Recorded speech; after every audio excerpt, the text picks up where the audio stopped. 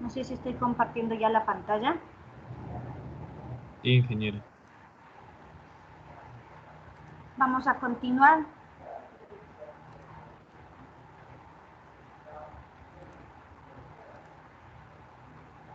Dentro del capítulo Análisis y Diseño Estructural, primero establecimos cuáles son los tipos de análisis en función de dos criterios fundamentales, del número de grados de libertad utilizado y la carga lateral que simula la acción sísmica, determinando que tenemos análisis estáticos y dinámicos, y en función de la rigidez constante, es decir, módulo de elasticidad, e inercia constante, es decir, material trabaja en su zona elástica, secciones transversales, sus deformaciones son tan pequeñas que las podemos despreciar, rigidez constante, y un análisis no lineal, rigidez no constante, es decir, que los materiales se encuentran fuera de su zona elástica, se encuentran en su zona plástica, y que por obviamente de la mano, las secciones transversales, las deformaciones ya no pueden ser despreciadas. Debemos tener claridad de qué es lo que estamos haciendo, no usar un software con irresponsabilidad, sino entendiendo qué hacemos. Por esa razón, la primera parte de la aplicación de los modelos, de los proyectos arquitectónicos que tenemos, será un análisis estático lineal. Estático, considerando grado de libertad por planta, las acciones sísmicas representadas a través de cargas puntuales laterales que se encuentran calculadas y distribuidas de acuerdo a una norma, en este caso nuestra NEC, y considerando la elasticidad del material, la inercia constante, la rigidez constante, un análisis estático lineal. Recordamos rápidamente y dimos las recomendaciones para poder calcular la matriz de rigidez lateral y la posterior matriz de rigidez total en cada sentido de análisis, donde decíamos que podemos utilizar el criterio de coordenadas globales para una viga y columna axialmente rígida. No iba a haber problemas si utilizamos este criterio para encontrar la matriz de rigidez lateral. Indicamos que obviamente un análisis estático pues tiene el inconveniente de no considerar más grados de libertad, despreciando los efectos de torsión en planta, pero lo que nos interesa es hacer un cálculo a mano, hacerlo a mano, ¿sí? Para poder después utilizar softwares comerciales más específicos en el área de estructuras. Por eso íbamos a incrementar únicamente el 10% a la carga lateral calculada en cada piso para considerar la torsión accidental. Recordamos rápidamente el concepto de la deriva, donde la deriva yo no puedo decir qué es una deriva. Les pregunto en décimo semestre, un desplazamiento. Hay términos en la ingeniería civil que sí, no es cuestión de decir de memoria, pero si no decimos el término completo carece de sentido. Decíamos desplazamientos pueden ser hasta verticales, asentamientos, justo lo que les mencionaba hace rato, de la inspección que tuve que realizar. Entonces no, entonces desplazamientos laterales, perfecto. Pero el desplazamiento lateral es este es delta 5, ¿sí? Entonces no, desplazamiento lateral relativo, ya va sonando mejor, pero ¿dónde el desplazamiento lateral relativo? Medido en 2 pisos consecutivos, ya suena mejor, pero yo puedo medir los desplazamientos donde yo quiera, puedo medir en este punto el desplazamiento y luego acá, entonces serán las derivas, los desplazamientos laterales relativos, medidos en 2 pisos consecutivos en una misma orientación vertical o en una misma vertical. Entonces ya va dando el concepto más apropiado, ¿no? No es de aprenderse de memoria, pero en cambio no tiene sentido si dejamos de decir una palabra en el concepto de deriva. La norma especifica en su capítulo de diseño sísmico, peligro sísmico y diseño sismo resistente, nos especifica que las derivas nosotros debemos calcular las inelásticas, es decir, la deriva que nos va a entregar generalmente los softwares comerciales es una deriva elástica, ¿sí? Les llaman mass drift. Esta deriva elástica yo le tengo que hacer inelástica multiplicando por el famoso factor R que habíamos hablado anteriormente, ¿no? Este factor R que está en función del tipo de estructura, ¿sí? Entonces tenemos un R8, por ejemplo, un R6, un R5, donde entendíamos que en función de del tipo de estructura se castiga o no también al espectro de diseño en aceleraciones para colocar más carga lateral. Entonces tengo que utilizar este mismo R. La norma actual ha incluido este factor de 0,75, que es muy cuestionable. En otras normas no existe. Es decir, las derivas que estamos calculando, nosotros le estamos bajando el 25%. ¿No? Pues nuestra norma, en ciertos sentidos, es bien crítica, bien estricta, y en otros no tanto. Hay muchos que este 0,75 mejor no le toman en cuenta y dicen, yo chequeo derivas sin esto. Un poquito más conservador, nos vamos por el lado de la seguridad, no está mal, ¿no? Ahora también podemos cumplir de manera estricta con la norma, tampoco estamos cumpliendo con la norma, pero hay que entender que este factor no es tan crítico y que más bien baja las derivas, en otras normas no tienen este valor. En todo caso, esta es la ecuación con la que la norma pide calcular y chequear las derivas inelásticas, donde estas deben ser siempre menores al 2% en la mayoría de estructuras, pórticos de hormigón armado, estructuras metálicas. ¿Sí?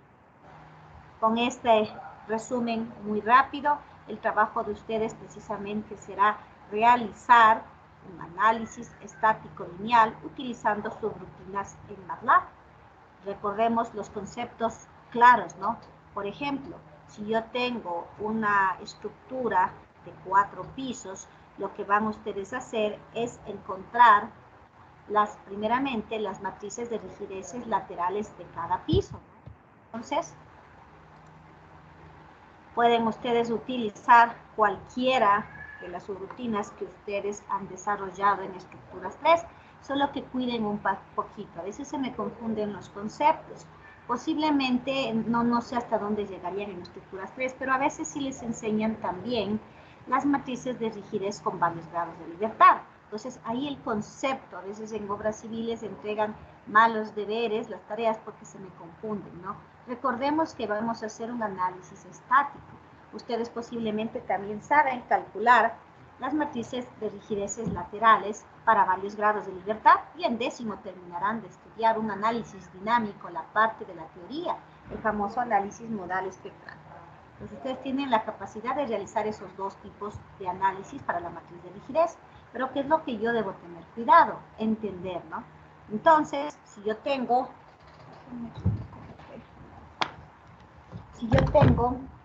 una estructura de 4 pisos, voy a calcular la matriz de rigidez lateral de cada piso, ¿no? Entonces, yo debo tener claridad que qué es lo que yo debo esperar obtener. Si tengo claridad en eso, pues no me confundo, ¿no? Un segundo. Tengamos claro lo que tienen que hacer, porque de ahí realizarlo ustedes ya saben, ya conocen.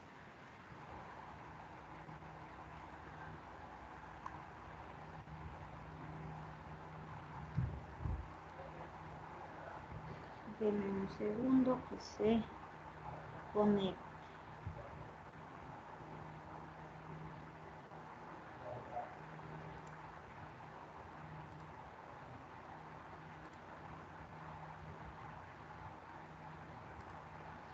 ¿Estamos viendo ya la pantalla? Sí, que la pizarra. La pizarra, eso. Muy bien. Entonces, si nosotros tenemos una estructura de 4 pisos y voy a realizar el análisis de cada piso, primeramente obteniendo la matriz de rigidez lateral, ¿no es cierto? La matriz de rigidez lateral, para posterior, en función del sentido de análisis, ir sumando cada una de las matrices. Lo importante es tener claro el concepto, ¿no? Entonces, por ejemplo, esta estructura, solo de 4 pisos, ya, sí está bien. Entonces,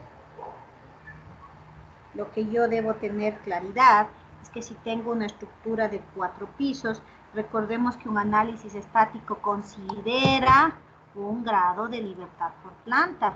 Decimos acá, un grado de libertad por planta. Un análisis dinámico, múltiples grados de libertad por planta. Entonces, lo que yo debo tener claro, cuando yo calculo la matriz de rigidez lateral de este pórtico, La matriz de rigidez lateral, en este caso, me va a salir una matriz que tiene la particularidad que debe ser necesariamente de 4×4, ¿sí? Tiene que ser. A veces aquí se pierden, confunden, y sacan la matriz de rigidez lateral de 12×12. Y dicen, pero es que si está bien, ingeniera, si me enseñaron, sí, jóvenes, si nos enseñaron. Pero esta matriz de rigidez lateral de 12×12 corresponde a la matriz de rigidez considerando 3 grados de libertad por piso. Y eso no está mal, más bien es más apropiado, más correcto el cálculo, pero esto será para un análisis dinámico. Para un análisis dinámico, donde la acción sísmica será a través de un espectro de aceleraciones y donde la teoría, es decir, el hacer a mano, aprenderán en 10º semestre. Entonces, cuidar. Sabe ser muy común que se equivocan y después entregan sus trabajos y más bien después no pueden, inclusive no son concordantes un poco las matrices, ¿no? Entonces, cuidado jóvenes. La matriz de rigidez lateral, al considerar únicamente un grado de libertad por planta, que es la acción sísmica precisamente, considera, este es el cortante total B, ¿no? Considera una matriz de 4×4. ¿Qué es lo que van a hacer ustedes? Ustedes tienen sus estructuras, no nos queremos complicar. Si tienen un volado importante, bueno, podríamos pensar en cómo colocar un poco más de carga gravitacional que considere esto volado. De lo contrario, es un cálculo inicial. Lo que me interesa a mí es que ganemos conocimiento, que realicemos el análisis estático lineal de sus estructuras aproximadas, porque ya los volados, los ductos, lo más exacto, lo haremos para eso en un software más especializado que es el ETABS. Pues me interesa que tengamos primeramente un cálculo manual. Ustedes la matriz de rigidez lateral la van a calcular con cualquiera de las subrutinas que ustedes tengan de estructuras, cualquiera. Cuiden de que sea para una matriz de rigidez lateral con un grado de libertad. Cuiden, busquen bien, analicen todo lo que ustedes trabajaron y busquen esa, ¿sí? Algo fácil, pueden utilizar dentro de los libros del doctor Roberto Aguiar, suele haber siempre este programita, el RLAX-INFI, ¿no? También pueden tener sus propias subrutinas, pueden usar este RLAX-INFI que lo encuentran en cualquiera de los libros de la bibliografía del doctor Roberto Aguiar, ¿no?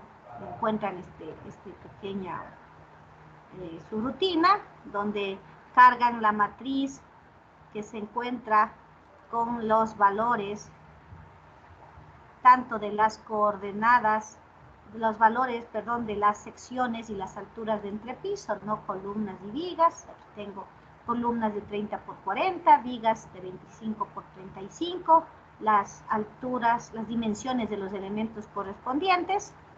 Utilizan el RLAX-INFI, ¿sí? Con inercias, no se olviden de usar inercias agrietadas, ¿sí? Inercias agrietadas porque consideramos que desde el mismo momento de la construcción el hormigón comienza a sufrir agrietamientos normales y por eso nosotros realizamos el análisis y diseño castigándole con este factor de seguridad al considerar inercias agrietadas. En este caso que tengo una estructura de 3 pisos, le he puesto 3, yo estaba haciendo, le vuelvo a hacer si quieren ver.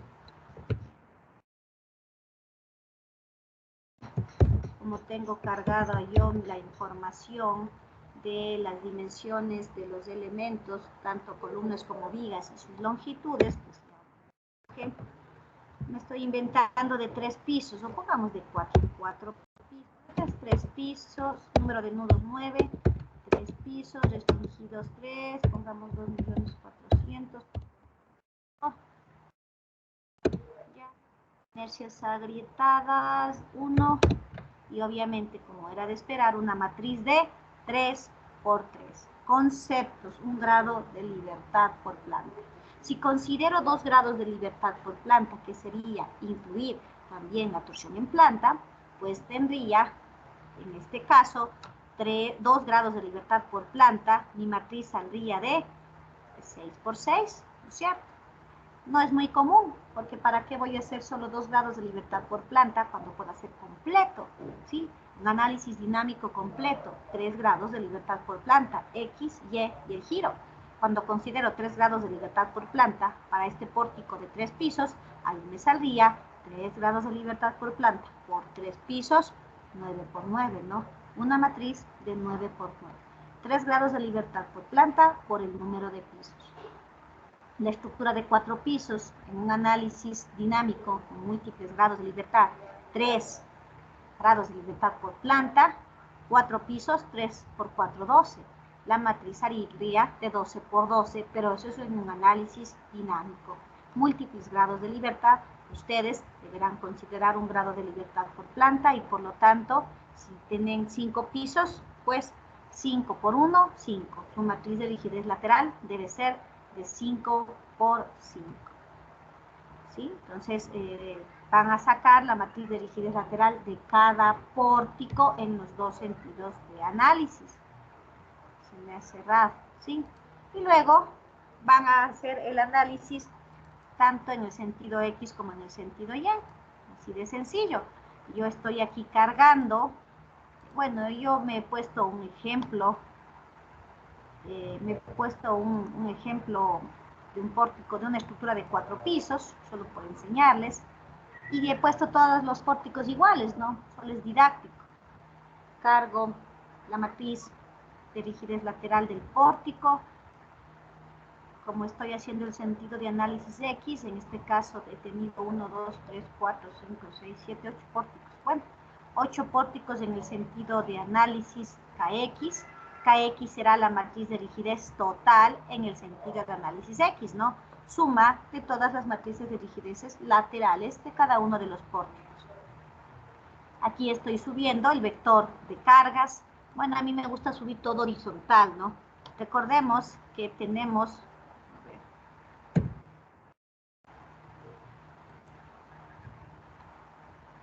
Recordemos que nosotros tenemos, si esta matriz es de 4 por 4, la matriz de cargas, si estamos hablando de este pórtico, pues la matriz de cargas tiene que contener estas 4 cargas puntuales que voy a colocar, aquellas que simulan la acción sísmica que ya tenemos calculadas. El vector Q debe ser un vector de una columna con 4 filas, ¿no? Una columna, primero se pone filas, ¿no? Entonces, 1, 2, 3, 4. 4 por 1, no sé si puse bien. Sí, 4 filas, una columna. ¿Sí? Esa es la manera apropiada y donde después utilizaremos la ecuación básica de las estructuras para encontrar los desplazamientos. Entonces, estos valores ya calculamos, ¿no? Ya calculamos cuando hicimos la distribución del cortante basal, no olvidarse implementar el 10% por torsión. Yo le he subido horizontal más solo por facilidad y después le hago la transpuesta. Y le pueden también subir ya vertical porque es una columna 4 filas. Aquí le subo yo así por facilidad. Miren, tengo 1, 2, 3, 4 términos y acá le hago la transpuesta. Bueno, yo me acomodo así como ustedes se acomodan. Y utilizo la famosa fórmula más básica del estudio de estructuras, ¿sí? La que teníamos acá. Esta, ¿no? ¿Sí? Q, vector de cargas, es igual a la matriz de rigidez por los desplazamientos laterales elásticos, ¿no? La ecuación básica de las estructuras me sirve a mí para poder resolver, donde como no existe el concepto de división en el análisis matricial, nos permite el MATLAB directamente colocar el slash que se especifica y nos hace ya si hacemos a mano, recuerden que deberíamos sacar la inversa y luego la multiplicación, ¿no? Esa es la manera en la que en el cálculo matricial se entiende el proceso de división, primero sacar la inversa y luego multiplicar, que eso es lo que me da haciendo esta operación en el MATLAB. Y de ahí ya tengo desplazamientos elásticos, no es más que calcular derivas. Si quieren calcular las derivas a mano lo pueden hacer, sin usar igual alguna subrutina. Yo tengo aquí colocado el R8, el factor de reducción de respuesta sísmica, transformo a inelásticos, ¿sí? A inelásticos R por Q, y tengo una pequeña subrutina de derivas,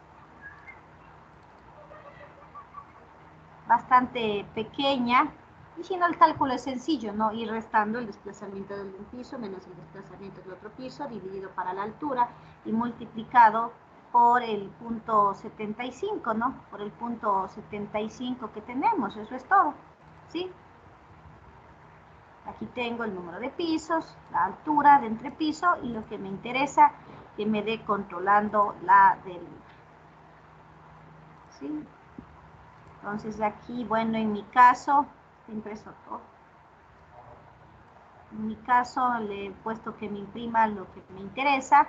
De una vez la matriz de rigidez lateral, ¿sí? La matriz de rigidez lateral del pórtico, la matriz de rigidez total en el sentido de análisis, los desplazamientos elásticos, los desplazamientos inelásticos, es decir, multiplicado por R, las derivas, y en este caso que me dé chequeando cuál es la deriva máxima.